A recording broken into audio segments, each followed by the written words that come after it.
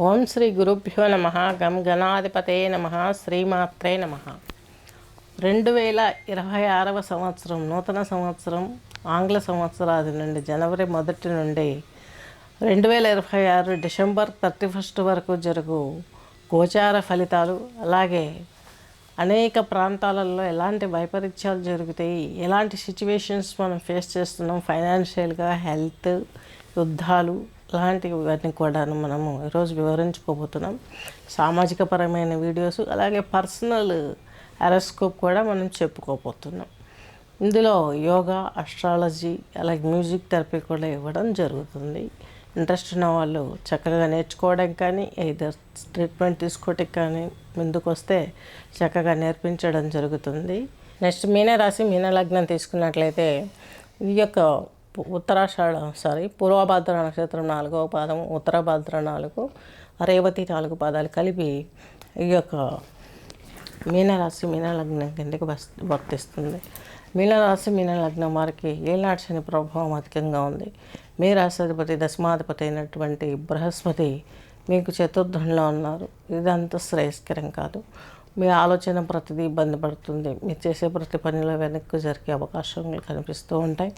అలాగే మీకు మీనరాశి మీనలగ్నం వారికి తృతీయ స్థానాన్ని శని భగవంతుడు తన 3వ ఇంటి దృష్టితో చూస్తున్నాడు. ఈయన మీ వ్యయాధిపతి, దశమాధిపతి. ఇది కూడా శ్రేయస్కరమైనది కాదు. కొంచెం ఇబ్బందులు వస్తాయి. చేసే పనులలో పెట్టే ఆలోచనలు సవ్యంగా వెళ్ళక కొంచెం వెనక్కి జరిగే అవకాశం ఉంది. అలాగే మీ దశమ స్థానాన్ని బృహస్పతి 10th యొక్క సప్తమ వీక్షణ ద్వారా చూస్తున్నారు. ఇక్కడ మీ రాసి మిమ్మల్ని మీరు అంటే సరి చేసుకోవడం, సొసైటీలో ఎలా మెలగాలి, ఎవరితో ఎలా మాట్లాడాలి, ఏంటి అనే కరెక్షన్స్ అంతా చేసుకుంటారు. తద్వారా మీరు కొంచెం షైన్ అయ్యే అవకాశాలు కూడా స్వచ్ఛంగా గోచరిస్తున్నాయి.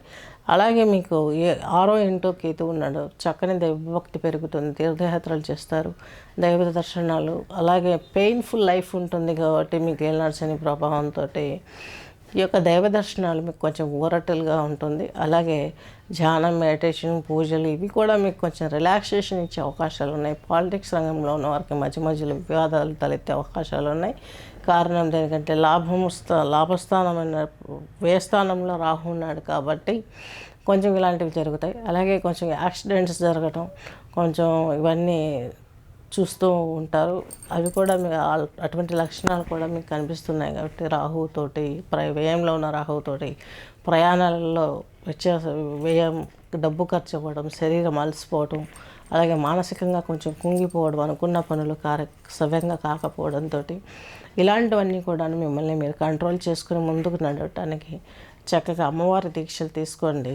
చక్కని సౌభాగ్యలక్ష్మి వ్రతాన్ని చేయటానికి, అలాగే వైభవలక్ష్మి వ్రతం చేసుకుంటూ లక్ష్మీ నరసింహ ఆరాధన స్తోత్రాలు వినడం, చదవటం ఇవన్నీ చేసినట్లయితే మీకు చక్కగా మంచి జరిగే అవకాశాలు చాలా స్పష్టంగా గోచరిస్తున్నాయి. స్వస్తి.